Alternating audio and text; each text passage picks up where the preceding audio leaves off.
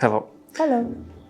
As for me, I know you for a year now, and for sure I can say that you are very educated, wise, and I think one of the most important persons for me in Mongolia. It's my honor. I don't mean to interrupt you, but it's really my honor. It is. I think even your presence in my life helped me a lot during this year. But let's start with a simple question. Okay. It sounds like who you are, and also I'm very curious. What do you think of people thinking about you? Yeah. What do I think people think about me? Yeah. What do you think their first impression on you usually? Well, really, I'm an extrovert, but people think I'm an introvert. So I try to hold down that extrovert part because I know extroverts can be like too much, too loud, and people don't really like that.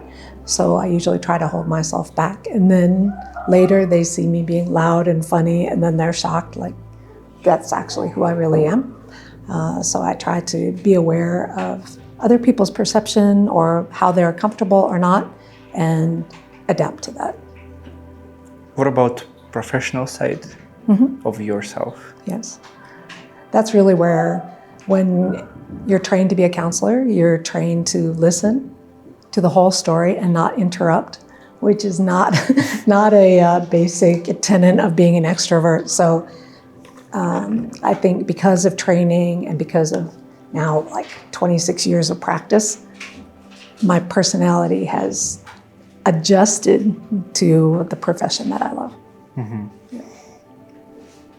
I think I feel strange about counselors, mostly. Because I'm very curious what is happening inside your head. Then you looking at someone. Are you really trying to find something, or not? Yeah. Do you have to change something, make a switch in your mind to start working about someone, or you just have these thoughts all the time? That's a good question. I think it's really who I am to be interested in people, not trying to analyze them all the time or put a label on someone, but to really understand. So I think that's my underlying nature. So to not do that, I have to intentionally switch it off. So when I meet people and I'm a psychotherapist, they say, oh, I don't want to talk to you, or they tell me everything about their life. So it's both sides. And I'm open to either one because I can understand why people feel too seen or vulnerable, or yay, someone will listen to me. I understand both sides. So I think I more often intentionally turn it off. And if someone will come to your counseling for the first time, do you have first questions you want to ask? No. Then someone is shy, and someone don't want to, I think, doesn't know where to start. Sure. I think I'm kind of this person. So I have never been to counseling. I want to try. And I don't know how it works. So do you want me to give you an example? I could give you an example. Okay. So I start off by introducing myself, how long I've lived in Mongolia, and the Mongol has Jahmeden, which means my Mongolian small, and I'm very sorry. And then I explain about confidentiality, and then our center and I am trained as a professional counselor, and we keep confidentiality and explain all that in the times that we need to break that. And then I talk about my life and profession here. And then I say, would you introduce yourself? And you could share something that you would like me to know about you. And then you pick whatever that is. If you want to be just like demographic information, you can. But if you want your opening statement to be very deep, it can. And I always say there's no wrong way to do counseling. And the best thing for you to understand is my approach, my theoretical framework, is that I'm on your side. That's what I'm here to do. I'm not a sister, a mother, a doctor telling you what to do, but I'm on your side. And I want to help and support you in choosing what you want to do. So there are no any rules Right, about things you have to say. right. They're not. Therefore, the answer always depends on what the What the client wants to say. what the client Yes. wants to say. Wow. Yes. And that theoretical framework is humanism. Most notable person is Carl Rogers. So other counselors, other psychologists will have different framework, what they like, what fits their personality. But humanism and Carl Rogers fit mine. As we started talking about, we just mentioned that, but I want to discuss it Sure. if you want to. Confidence. Is it something that you can achieve, you can get, or it's something coming from childhood? Okay. So you mean confidence like belief in yourself? Yeah. Confidence? I think it's both. I think you can learn it or learn not to have it when you're a child, but then you can change that. So my viewpoint is that people can change all along their life. We're not doomed to be determined by our first 2 years of life, which is very psychoanalytic. Sorry for those who like that, but I believe that people can change all their life. If I didn't, I wouldn't do this job.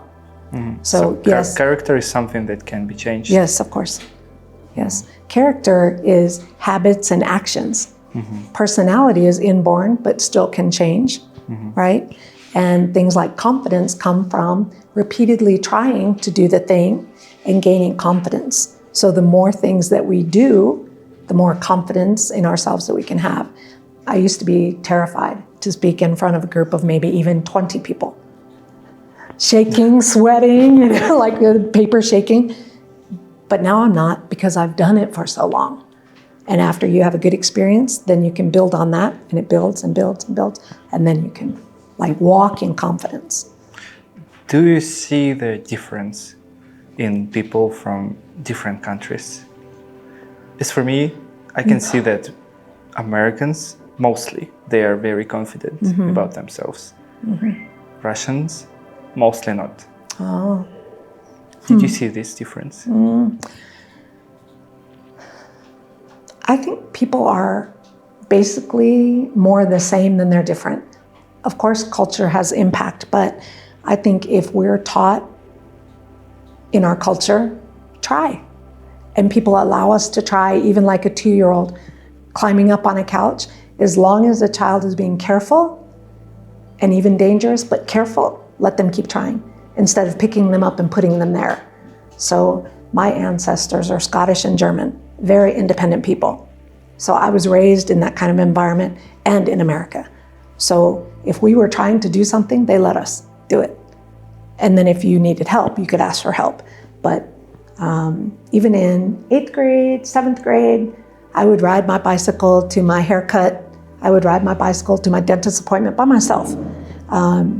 And travel, I would fly to my grandmother's house by myself. That was normal to me. So because I had those, you can do this by yourself experiences, then I believed that I could do it by myself. So I think it's a lot of environment more than something inborn, but environment can be impacted by what country that you go Culture. Yeah. So about your work, do you have a reason to do that? What gives meaning to what you do? Yes.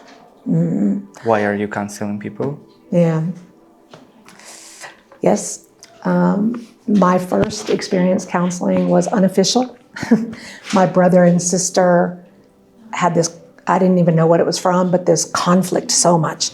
And they were both in the Army. They're older than me. They came home and it was just a big fight, arguing. And I was 15 and I said, I don't know what your problem is, but you're going to sit here and you're going to sit here and you need to work it out because you're messing up the whole family. What? And then when I was 16, I knew I wanted to study psychology. I wanted to be a counselor. And my dad said, that's not a real degree. And I said, yes, it is, because all my family was math and science. And then I had another thing that happened. Because I studied abnormal psychology and disorders, I studied that because my best friend had bipolar disorder with schizophrenic features. And she was like, in my mind, the perfect person. Her family was stable, everything looked perfect. And my family was, my dad was an alcoholic, my mom had obsessive compulsive disorder. We were a mess. So I thought she was perfect, but then she has a mental illness. How does that happen? So I really studied that. So my graduate studies were really focused in that. So those are two of my big whys, why I counsel. Because it matters, and people, every day, people walking around have problems, and I think family and friends aren't very good listeners and aren't, or I should say they are judgmental, and they do want to give advice, which is not usually what people need. People really need a safe space where they can figure it out. And when people are talking, you can hear them figure it out, and they say it. And then when we have a skill of summarizing or rephrasing, a client will say, oh, how did you know that? You just told me, right? You just told me. But people don't hear themselves. But I really do believe that people really know what's best for them more than anybody else. They know what they're willing to do. They may need some help to navigate how to do that, but they know themselves more than anybody else. So I think you're your best expert, not me. Yeah. Do all people need counseling? Do all people need it? No. Do I think everyone could benefit from it? Yes. Yes, I think it's beneficial because we don't have in our day-to-day life that safe space to talk about dangerous things or what people would judge us about, probably harshly. I think if you have a best friend and they're very good at listening, maybe you don't need counseling, right? But does everybody need counseling? No. Does everybody have a disorder? No. But could counseling be a benefit? I think so. Are all disorders easy to recognize? To diagnose. So we have a big manual. It's called the Diagnostic and Statistical Manual, and it has all the symptoms of every disorder.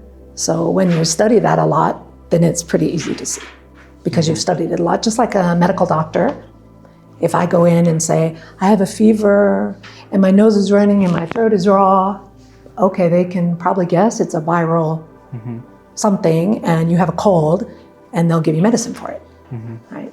Because they've studied it a lot, so yeah. But disorders are very rare. They're not frequently occurring.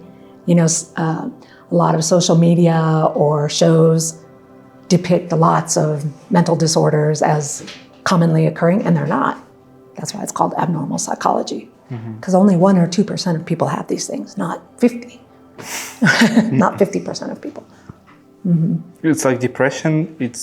Honestly, it's not that popular now. It's not everywhere. It's not everywhere.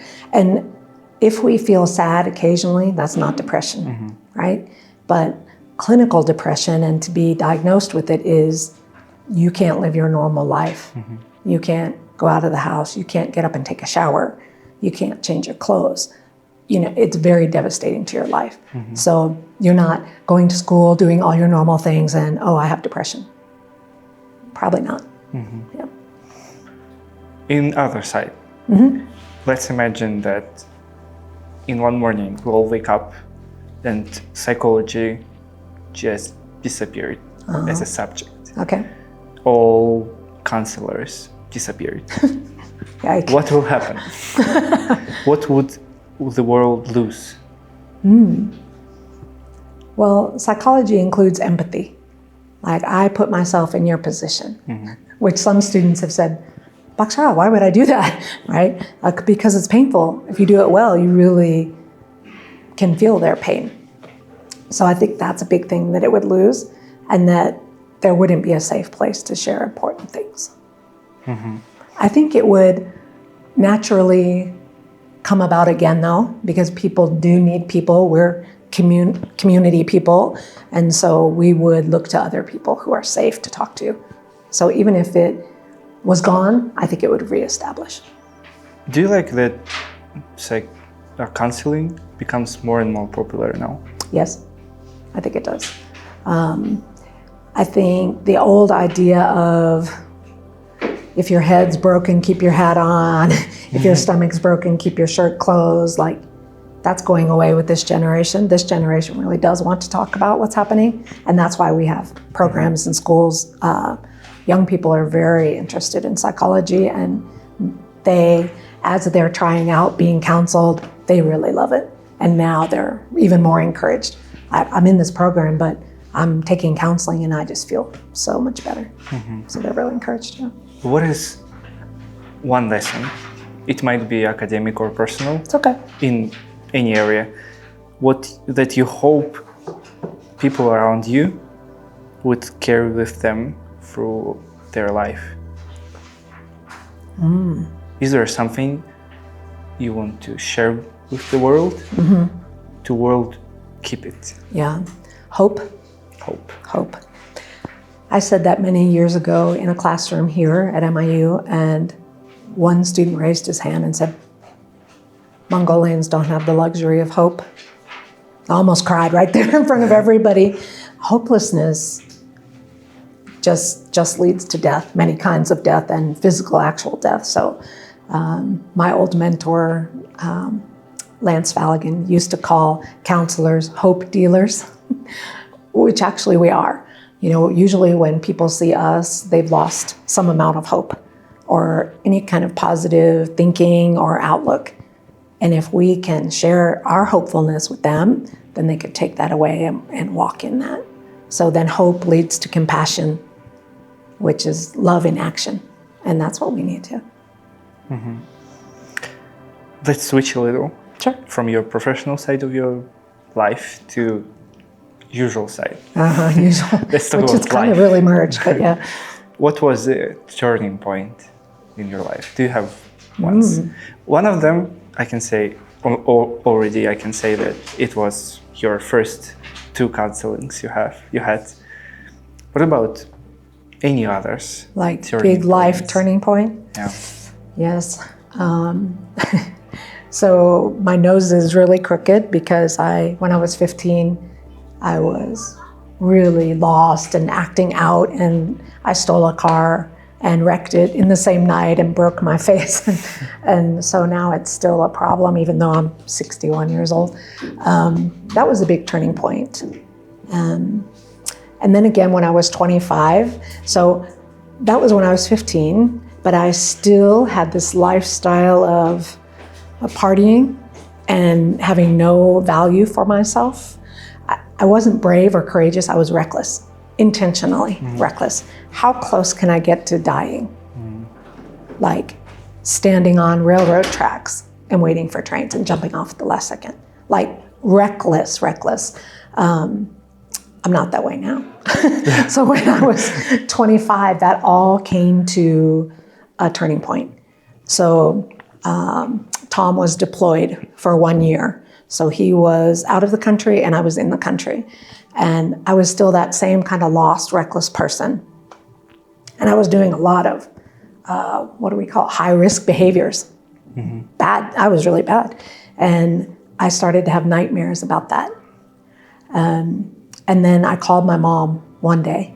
So my mom had become a certified alcohol and drug abuse counselor because my dad was an alcoholic, but then went into rehab. And then she started being a counselor. She was a nurse also. So I was on the phone with her that day, and she just said, Jennifer, why don't you stop drinking? I couldn't have imagined that before. I've heard it for years and years and years that I should. And that day it just clicked. That would really get rid of all of my problems if I stopped doing that. It's like so obvious answer. But sometimes you have to hear it that one more time. And that's really important, to be patient with people and keep saying it one more time, because I heard it that day and I stopped drinking. Like, never again have I drank, just in a moment. And I have a personal faith, I'm a Christian. I wasn't yet then. So this was in like August. In December, I started following Jesus. So it wasn't something that happened because of my religion or my faith. It happened before. Because if I'd still been drinking, I would never would have go to church, right? So then a lady at my work invited me to a ladies' Christmas party. And I went. So that was a big change from 25 till now. And people ask, like, you don't drink like alcohol? No. I mean, like beer? No. Like wine? No. Like, I don't know how many other ways to say it, but it's such a foreign concept when you drink every day or, party for 3 days on the weekend, every weekend. You just can't imagine your life without it until suddenly you have a life without it. It just is radically different. And we kind of have that term about people who are radical. And I know that can also be a negative in some people's eyes, but I was very changed. And so for my college classmates, that knew me back then, I was like the leader of the party girls, right? And so they're like, you're what? You're doing what? You're teaching counseling in Mongolia? Like, how could you do that?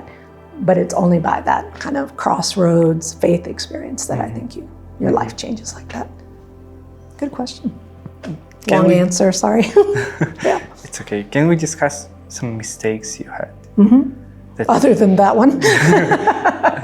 some more, maybe. Yeah. Maybe you can share one of the sad counseling stories. Oh, a sad counseling story? When you did something wrong.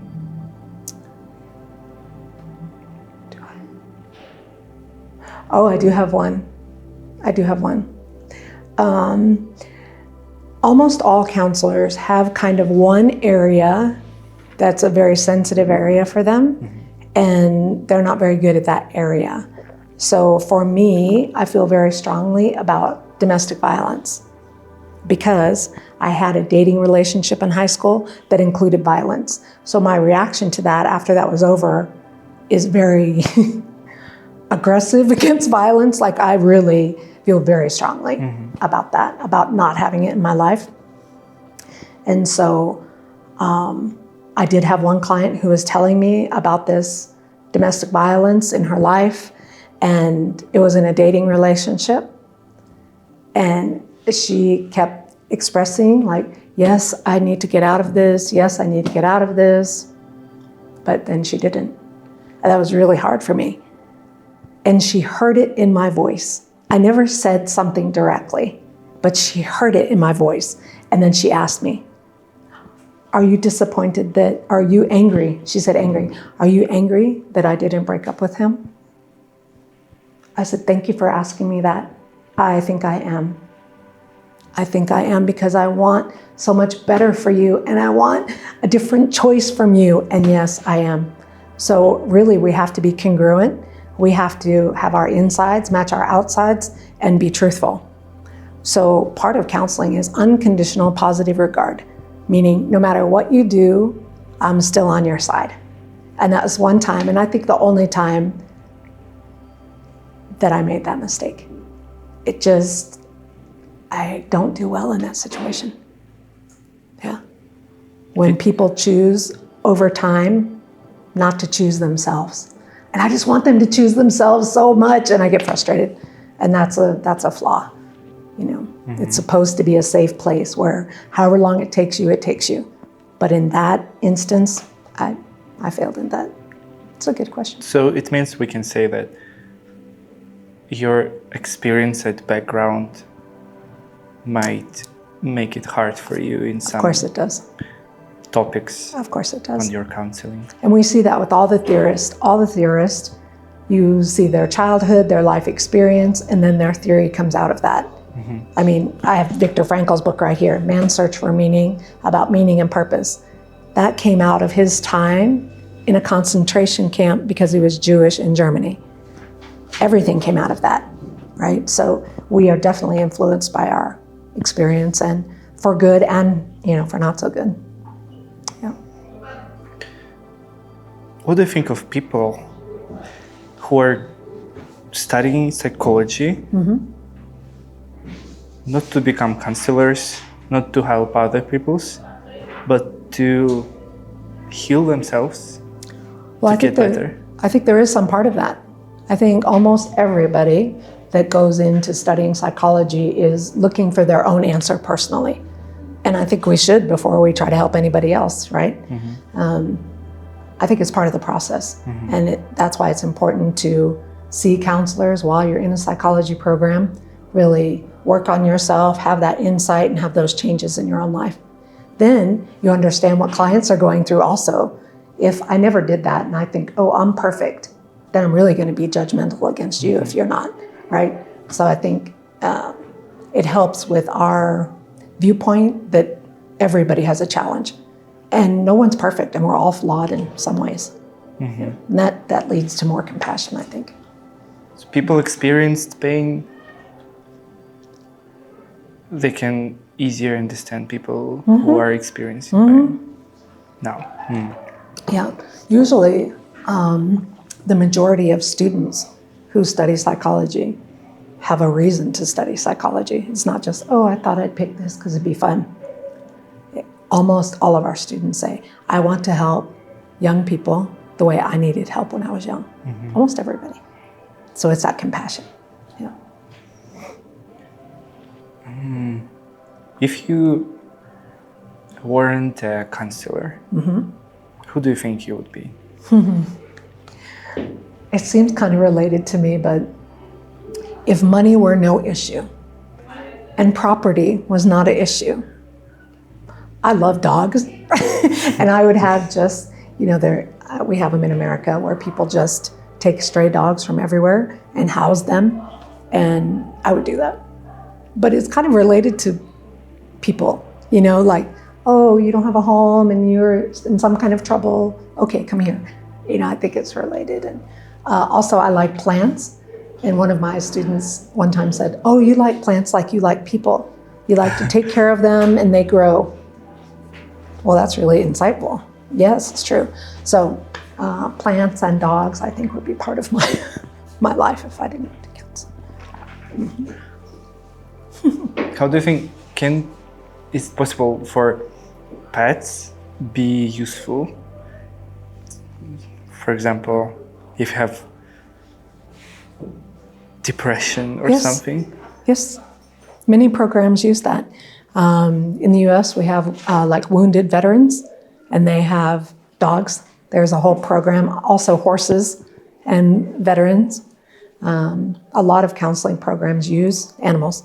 And even to visit hospitals and nursing homes in the US, pets are used a lot. Because you don't have to talk to them.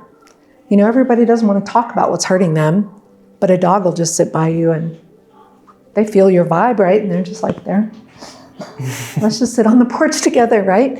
And that being present is more important than words. So definitely pets are beneficial. Because we're social and even pets can help us to feel this. They do. Socialization. Yeah.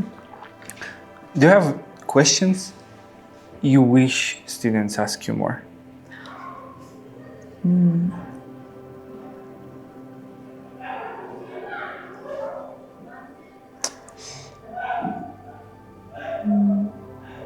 I really like future questions, but I'm a little conflicted about that because I really believe that the here and now is very important, and that's existential psychology.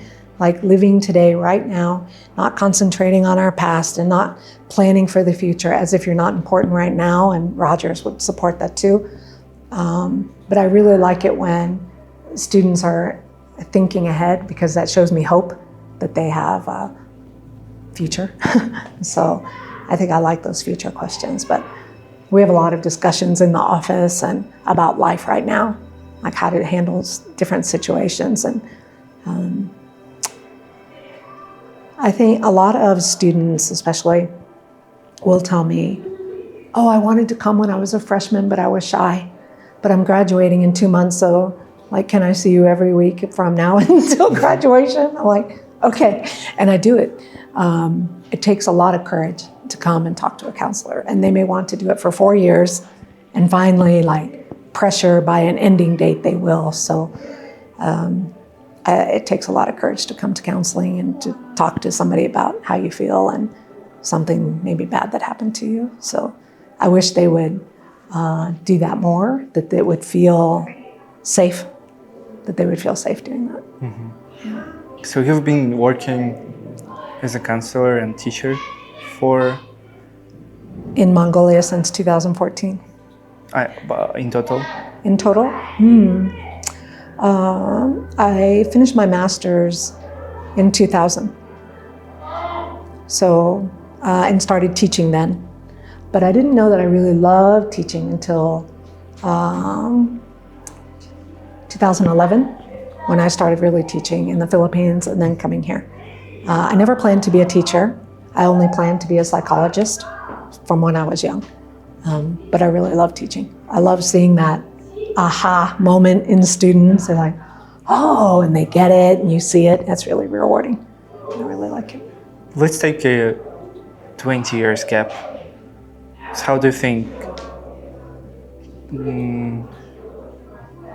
do you see a difference in students then and now? I'm sorry, it's really noisy in the hall. We have MIS students right here.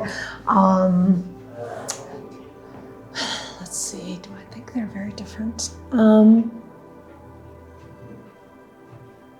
No. I think mostly students are concerned about their future. They're concerned that they're not enough to face it. They don't have confidence yet, and they don't have very many supportive people. So even if their parents are supportive, that's just two people. So they don't have like a whole community of supportive people. So maybe how they show it is different, but the underlying problem, I think, is the same. We have a lot of, I want to say, emotionally unavailable parents. They may be in the house, but they're not interacting with children. That's very common now, but it was also very common in the 80s when I was a teenager. My parents and I didn't have deep talks about stuff. Like, I never hung out with my parents. So I think the root problem is the same. They just need connectedness, and they don't have it. And in the end, I'd like to ask you about something we can read related to psychology, or even not related at all. Do you have any books you would like to recommend? Well, yes, I have one right here. One of my favorite, and there's a quote right there behind you, Viktor Frankl.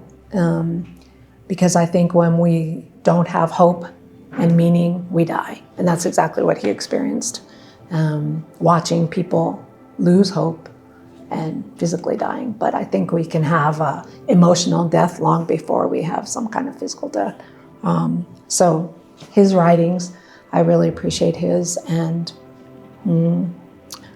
so it's not a book, but there's an Instagram page that's doc_amen, A-M-E-N. He's a psychiatrist that does brain scans, and he shares about negative thinking and the impact of negative thinking on our feeling and behavior and our health. You know, what we think affects our physical health a lot.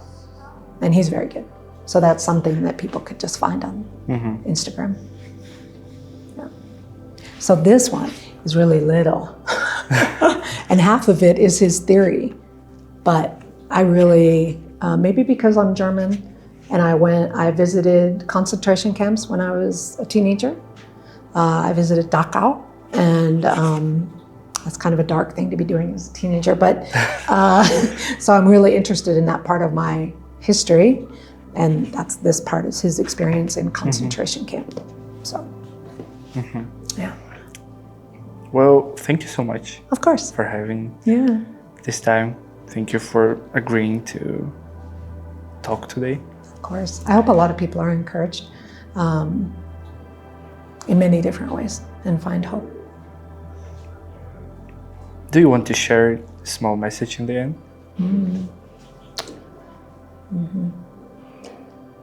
I think one way to build our hope is to look for the good things in life, like even small things that aren't actually really small. One thing I love is when birds are in a puddle, like taking a bath. I just will stand there and watch them because I just think it's creation, God's creation and how detailed they are. And nature really speaks to me a lot.